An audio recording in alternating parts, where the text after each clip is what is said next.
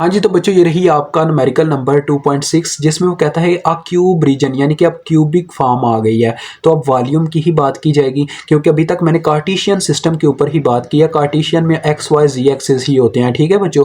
तो देखो वो कहता है अ क्यूबिक रीजन यानी कि क्यूबिक रीजन है जिसके अंदर एक्स वाई जी की लिमिट्स दे दी गई हैं, तीनों की सेम लिमिट है। देखो 0 to 3 metre has a volume charge density. अब देखो उसने वॉल्यूम चार्ज डेंसिटी कह दी, अगर वॉल्यूम ना भी लिखा होता आप कैसे पहचान करते, यानी कि इसके बटे में देखो इसके चार्ज की जो वैल्यू इक्वेशन दी गई होगी माइक्रो कूलम पर मीटर अगर होता तो ये होता लाइन चार्ज, अगर पर मीटर स्क्वायर होता ये होता सरफेस चार्ज, लेकिन ये है पर मीटर क्यूब। तो ये है क्या जी, ये हमारे पास क्यूबिक यानी कि वॉल्यूम चार्ज डेंसिटी है। तो लिहाजा वो कहता है बच्चों कैलकुलेट करें total charge on this cube. हमने इस क्यूब के ऊपर टोटल चार्ज कैलकुलेट करना, तो काफ़ी ईजी है बच्चों। देखो सीधी सी बात है, हमारे पास बच्चों फार्मूला होता है Q is equal to integration, जब क्यूबिक आती है तो रो वी साथ में डेरिवेटिव ऑफ वॉल्यूम। तो इसको कैसे हम मतलब कि यहाँ पे एडजस्ट करेंगे देखिएगा ज़रा। यहाँ पे ये होगा क्योंकि यहाँ पे तीन चीज़ें, क्यूबिक में क्या होता है बच्चों, तीन चीज़ें वेरी कर रही होती हैं। एक्स एक्सिस में भी कुछ चेंज आ रहा होता है यानी कि चार्ज स्टोर हो रहा होता है, वाई में भी कोई चार्ज स्टोर हो रहा होता है, और जी एक्सिस के लिए अकॉर्डिंग भी कुछ चार्ज में चेंजिंग आ रही होती है। तो डेट्स वाई यहाँ पे फिर तीन तीन यानी कि इंटीग्रेशन अप्लाई हो जाती हैं, पहली एक्स की, दूसरी वाई की, तीसरी जी की।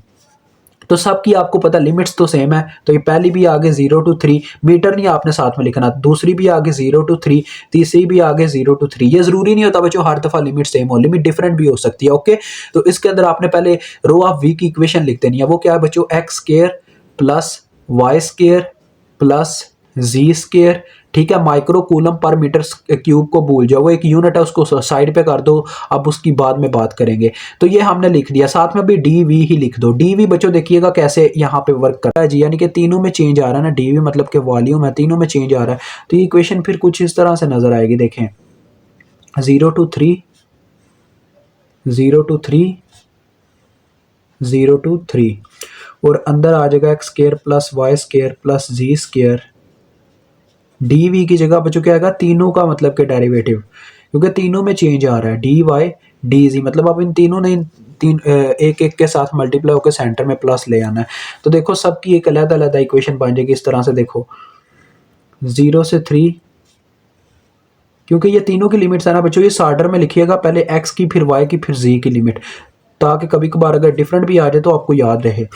अब देखो देखो एक्स स्क्वायर के लिए ये इक्वेशन आ जाएगी, एक्स स्क्वायर मतलब कि फर्स्ट ऑफ ऑल ये बन जाएगा डी वाई डी जी इस तरह से, और दूसरे नंबर पे इस तरह से आ जाएगा प्लस वाई स्क्वायर, बस चेंज हो जाएगा। देखो 0 to 3, 0 to 3 and 0 to 3 Y square D X D Y D जी।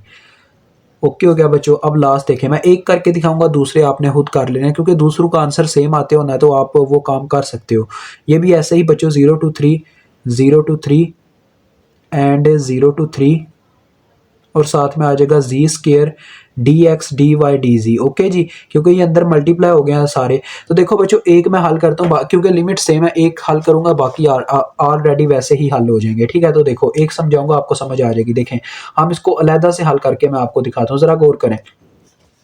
ये फर्स्ट वाली एक्स स्क्वायर की लिमिट है, तो एक्स स्क्वायर और डी एक्स तो इसके साथ इस तरह से आ जाएंगे। देखें 0 to 3 x square and D x.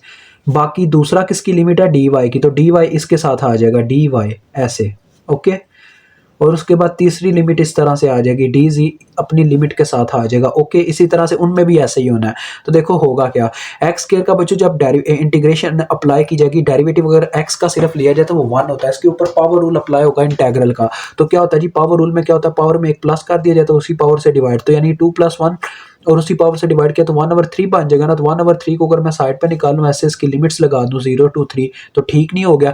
ऐसे ही देखो अब इनके साथ कोई चीज़ मौजूद नहीं है, तो डेरिवेटिव और इंटेग्रल ऐसे ही है जैसे एक वायरस तो दूसरा एंटीवायरस, ये एक दूसरे को कट कर देंगे, ऐसे ही यहाँ पे भी होना है।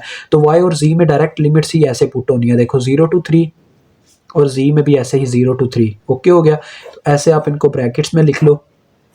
अब बच्चों जो आंसर इसका आना है ना वही उनका आना, देखें बस वहाँ पे वाई स्क्वायर है, वहाँ पे जी स्क्वायर है, लिमिट सेम है, सब कुछ सेम है, आंसर सबके सेम आने हैं, तीनों के सेम आंसर आने हैं, ठीक है, रैंडमली।